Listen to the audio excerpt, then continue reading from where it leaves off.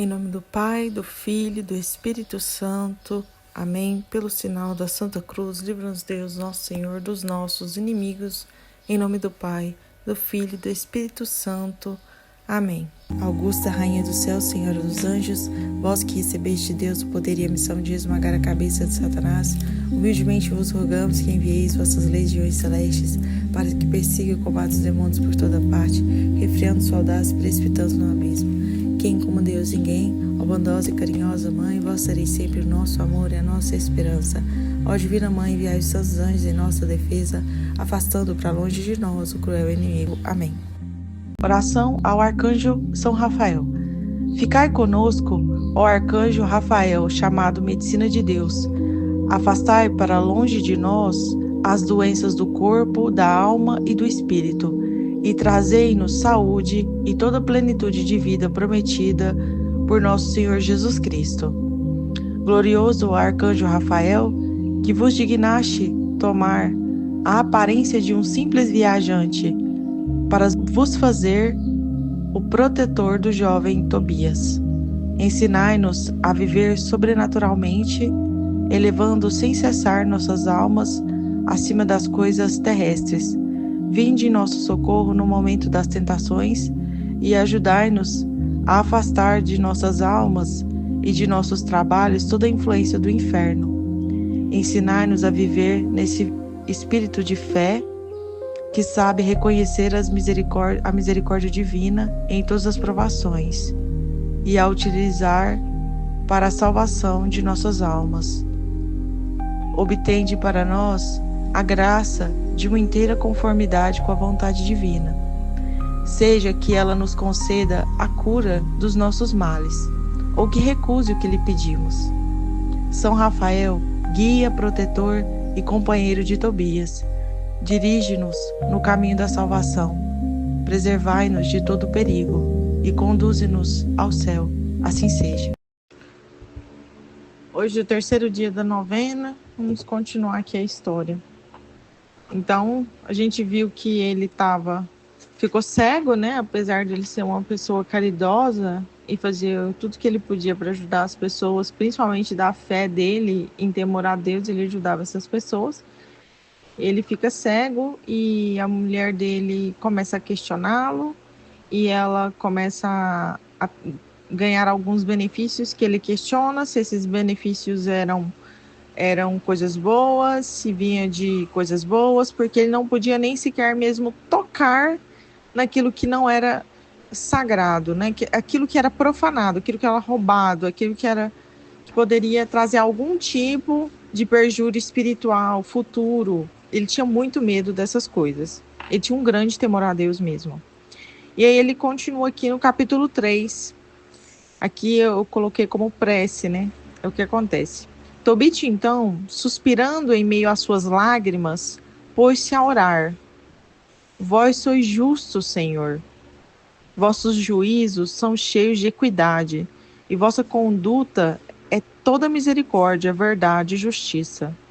Ele tinha certeza de que Deus era bom. Ele sabia que Deus não agia com maldade. Ele sabia que se Deus estava deixando ele passar por aquilo, era porque Deus tinha um motivo futuro, alguma coisa no futuro daria certo. Apesar do sofrimento do Tobit, ele sabia que Deus era justo e que ele teria que passar por aquele sofrimento porque Deus tinha um plano por trás disso, que ele não estava à mercê. Então ele continua. Lembrai-vos de mim, pois, Senhor, não me castigueis por meus pecados, e não guardeis a memória de minhas ofensas, nem das de meus antepassados. Aí a gente fala, mas ele era muito justo. Onde ele estava pecando? Gente, aquele peca que ele sabe do que ele é feito, ele sabe das suas inclinações, ele sabe que ele tem pecados dentro dele, ele sabe das inclinações dos antepassados dele, ele sabe é como se fosse da substância que ele é feito, ele sabe.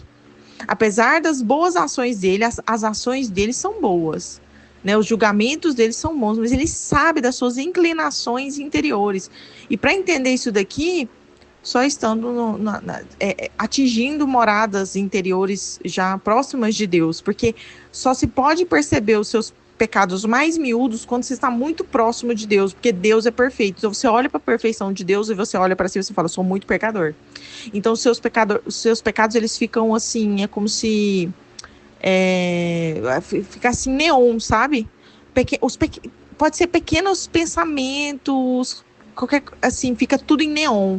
É como se não se passasse nada despercebido. Então ele tem consciência da natureza dele. Uma coisa interessante de estar aqui, né, nos meus escritos, é que a gente não consegue perceber bem a Bíblia mesmo e as camadas de qualquer coisa que a gente lê. Quando eu li esse livro, eu já li isso daqui várias vezes. Quando eu li a primeira vez, eu fiz essa pergunta. Eu escrevi aqui. Mas ele não era um homem santo? Ele não fazia tudo para todo mundo? Ele não ajudava todo mundo? Provavelmente é assim que eu comprei essa Bíblia. E aí depois, quando foi em agosto desse ano, eu li de novo. E aí eu já estava aqui, sim, escrevi para mim mesmo, sim, Luna, só Deus é perfeito, só Deus é verdadeiramente e perfeitamente justo e santo. Então, a gente demora mesmo a compreender o que está escrito e a profundidade nas coisas que estão escritas e o que Deus quer falar para a gente. E é por isso que demora também a gente ver os resultados, né, das coisas em várias camadas, né? Aqueles resultados visíveis, porque às vezes tem os resultados invisíveis, mas para quem caminha na Terra, os resultados invisíveis, né, da sabedoria e da iluminação, eles não são tão importantes. O que a gente quer mesmo é ver resultado concreto, ou seja, libertação. A gente quer ver libertação de almas. Seja sua, né? A sua já está liberta, porque você já está próximo de Deus. Mas a gente quer ver libertação dos nossos à nossa volta, aqueles que estão à nossa volta e que eles estão se emaranhando, se as coisas estão acontecendo, né? E aí começa a vir os problemas, vem os problemas por aquele que é libertado, para ele poder libertar os outros. Porque para ele só faz sentido se ele conseguir ver resultados concretos na vida dos outros. Então ele não se lamenta, porque ele sabe do que ele é feito. Se fomos entregues à pilhagem, ao cativeiro e à morte, e se temos tornado objeto de mofa e de riso para os pagãos entre os quais nos dispersastes, é porque não obedecemos às vossas leis. Então ele sabe que ele está colhendo fruto que ele nem plantou. E ele sabe que ele tem que passar por isso. Que ele tem que tomar para si esses pecados. Que isso é dele. Foram meus antepassados que sofreram, mas não importa. Foram meus antepassados que foram dessa forma, não importa. Eu tô aqui, isso aqui é meu, isso aqui é meu, isso aqui. Ele toma para si, né? E ele sabe, se eu sou escarnecido, se aqueles que não seguem o mesmo Deus que eu riem da minha cara, é porque eu mereço. É porque eu não obedeci à vossa lei. Agora os vossos castigos são grandes, porque não procedemos segundo os vossos preceitos, e temos sido leais para convosco. Tratai-me, pois, ó Senhor, como vos aprouver, mas recebei a minha alma em paz, porque me é melhor morrer que viver. Então aí ele já começa a ter mais vontade de ir para o céu, porque a vida dele está muito difícil, ele está cego, ninguém gosta dele, ele não tem amigos, a vida dele é difícil, ele fez todo o bem que ele podia, só me resta pensar no céu. Então ele começa a querer o céu, ele não quer mais viver, porque a vida já está muito difícil, talvez ele não tenha capacidade de suportar tanta coisa. Aí vem a prece de Sara. Aconteceu que, precisamente naquele dia, Sara, filha de Raguel, essa daqui é a outra pessoa. Então a gente vê aqui, é muito legal, que tem duas pessoas no mesmo dia fazendo preces a Deus.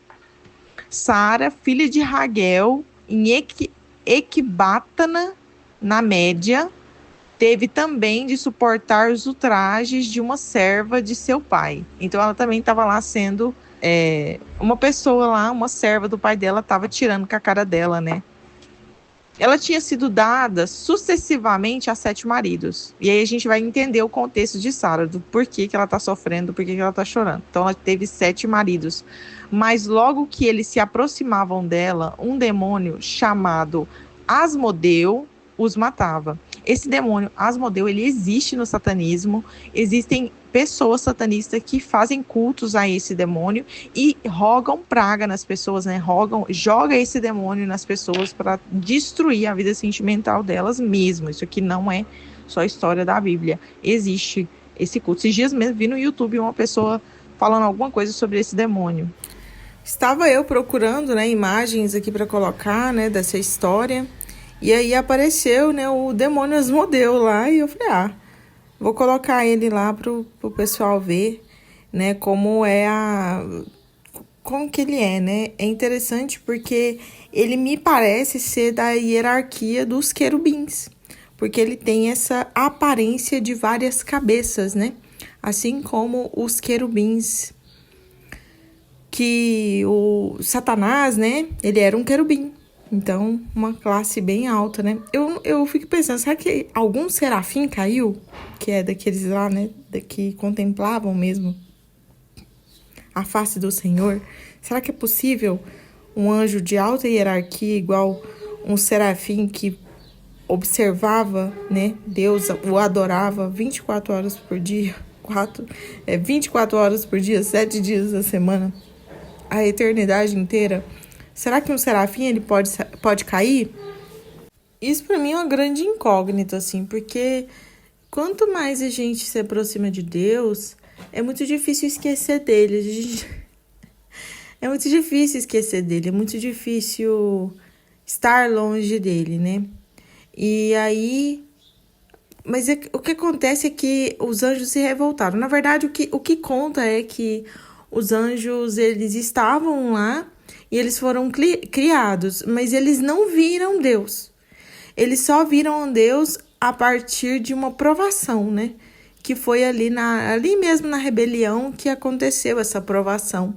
Então, antes disso, eles não viam Deus. Foi assim até que um arcanjo, que é de uma hierarquia lá de baixo, que é São Miguel, ele sobe, né, para poder ser um dos 7 que contemplam a face de Deus, os mais próximos de Deus. E ele não é um serafim, né? Então, assim, eu fico pensando, será que é possível? Então, é dito que os serafins também foram provados, né? E eu imagino que é como os profetas, né? Os profetas que são pessoas muito próximas de Deus, eles são provados o tempo todo. O tempo todo, né? São as pessoas que mais passam dificuldade, as pessoas que são mais desprezadas pela sociedade, né? Vivem o tempo todo só. É uma provação muito grande, né? Porque tem que se abrir mão de tudo para poder contemplar Deus. Não dá para você... Não dá para conciliar, né? Estar muito próximo de Deus e também viver uma vida paralela, igual todo mundo, né? Que vai para o seu trabalho, bate seu ponto. Não, né? Porque o Espírito, ele vive, ele toca para onde quer, né? Então, um profeta, ele não pode ter amarras. Ele tem que ser uma pessoa livre. Porque se Deus fala, vai para lá, ele tem que ir para lá. Se Deus fala, hoje você não pode sair de casa, mas ele fala, mas eu tenho que bater ponto. Ele fala, não pode bater ponto. Porque hoje não é dia de você sair de casa, hoje é dia de você ficar em casa, né? Então, agora é a hora de você mudar de cidade. Aí ele tem que ir, né? Tem que pegar as trouxinhas dele e ir. Então, um serafim... E assim também, né? É como se a própria essência dele é contemplar a Deus. E aí ele se rebela. Que tipo de demônio isso poderia se tornar, né? Vou deixar aí essa caixinha aberta pra gente poder ficar aí tentando confabular um tipo de demônio que seria um serafim se tornar. E a questão também da aparência deles, por que eles são feios, né? Por que eles são estranhos? Se os anjos eram belos, então os demônios são belos também? Não, eles são feios mesmo. Ou eles são amorfos, né? Mas a aparência simbólica deles não tem como ser bela. Por mais que eles tentem se disfarçar, né? Uma pessoa que tem discernimento de espíritos vai ver. Por quê? Por causa da deformação. Já viu uma pessoa que transforma o corpo dela todo para ela ficar com uma aparência meio demoníaca? É isso, é uma questão do o gosto, né?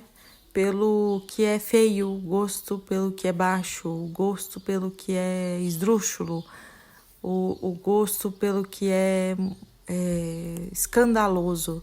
Então, eles vão tomando formas macabras mesmo, esquisitas. Não teriam como eles disfarçar aquilo que eles são, né? Então, a forma da pessoa também, ela diz o que é a pessoa. A forma do demônio diz o que é o demônio, né? A forma de um anjo mostra que ele é belo e está próximo de Deus e próximo da luz, né? Então, é bem isso, né? Eles são feios mesmo. Aí fala da raiz hebraica chamado perder. Então, Asmodeus quer dizer perder. Então é como se fosse uma praga mesmo, mas ele tem uma forma, né? Assim como no campo tudo tem uma forma, esse demônio ele tem uma forma. Tendo Sara repreendido a jovem criada por alguma falta, esta respondeu-lhes. Então a criada fez alguma coisa errada e ela foi corrigir, e a criada não quis ficar por baixo e disse: não vejamos jamais filho nem filha nascidos de ti sobre a terra.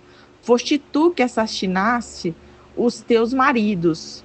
Queres porventura matar-me, como mataste todos os 7?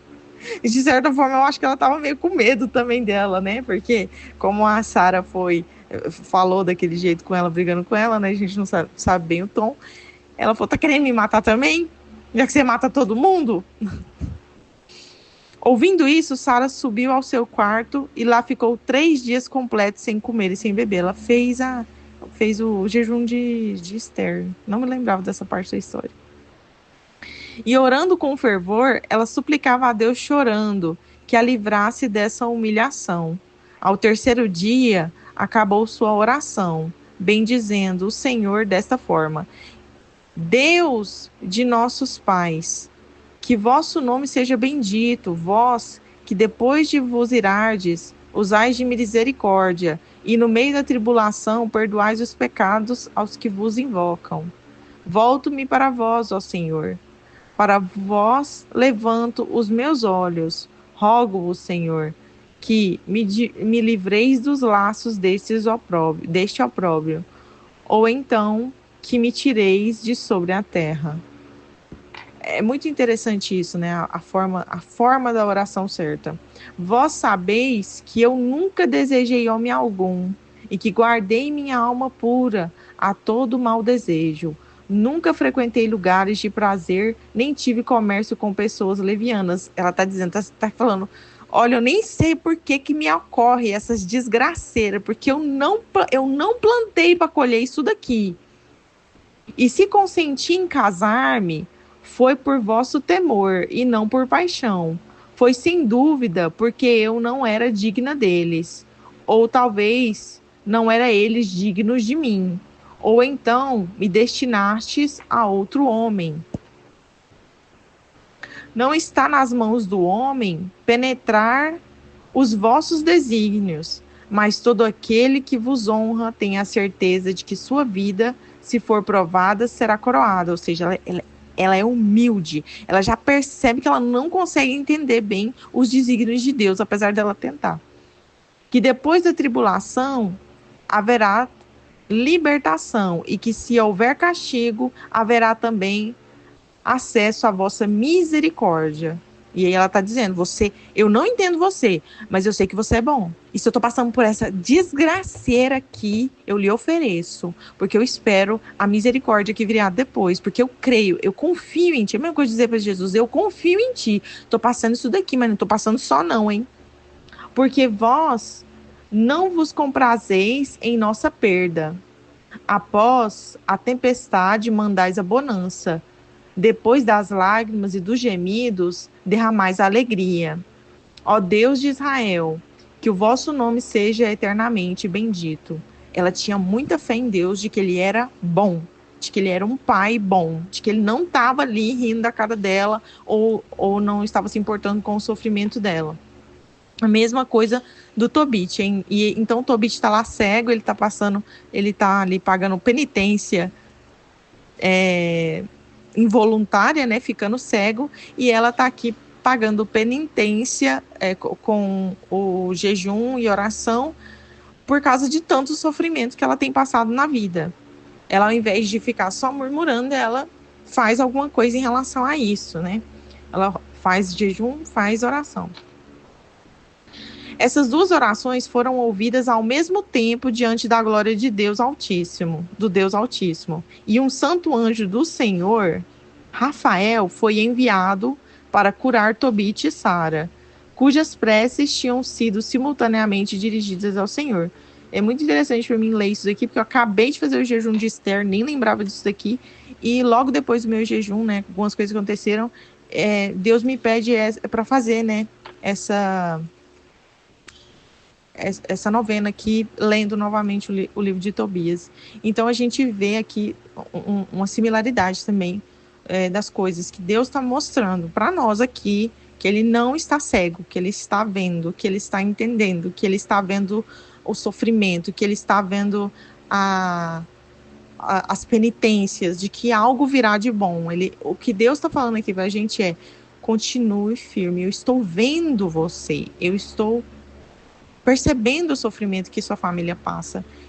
E eu tô te mostrando que fique calmo, com o tempo, tudo vai ficar tudo bem. E eu estou mandando para vocês o anjo Rafael, que é o anjo da cura, né? Então, alguma coisa. Então, quando o Rafael vem, ele tem que curar algo. E aí, amanhã, deixa eu ver, amanhã é o quarto dia que eu vou continuar lendo aqui. Aí a gente vai ver como Rafael faz a cura, né? E como essas duas histórias de Sara e Tobit, elas se entrelaçam no futuro. Esse livro é muito bom, né? Esse livro de Tobias, ele é muito bom, ele é muito legal. Ele tem muitas camadas de ensinamento, e a história é muito boa, né? Imagina só, né? Um anjo do Senhor, um dos 7 do Senhor descido, né? Lá do céu para ajudar essas duas famílias. Ladainha do Arcanjo Rafael. Senhor, tende piedade de nós. Cristo, tende piedade de nós. Senhor, tende piedade de nós. Jesus, ouvi-nos. Jesus, atendei-nos. Deus Pai Celestial, Criador dos Espíritos Celestes, tende piedade de nós. Deus Filho, Redentor do mundo, a quem os anjos desejam sempre contemplar, tende piedade de nós. Deus Espírito Santo, felicidade dos espíritos bem-aventurados, tende piedade de nós. Santíssima Trindade, que sois um só Deus, glória dos santos anjos, tende piedade de nós. São Rafael, anjo da saúde, rogai por nós. São Rafael, um dos 7 espíritos que estão sempre diante do trono de Deus, rogai por nós. São Rafael, fiel condutor de Tobias, rogai por nós. São Rafael, que afastais para longe de nós os espíritos malignos, rogai por nós. São Rafael, que levais nossas preces ao trono de Deus, rogai por nós. São Rafael, auxílio nas tribulações, rogai por nós. São Rafael, consolo nas necessidades, rogai por nós. São Rafael, que tornais felizes os vossos devotos, rogai por nós. Jesus Cristo, felicidade dos anjos, perdoai-nos. Jesus Cristo, glória dos espíritos celestes, ouvi-nos.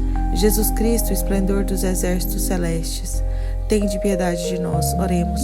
Ó Deus, que em vossa inefável providência fizeste São Rafael, o condutor fiel de vossos filhos em suas viagens, humildemente vos imploramos que possamos ser conduzidos por ele no caminho da salvação.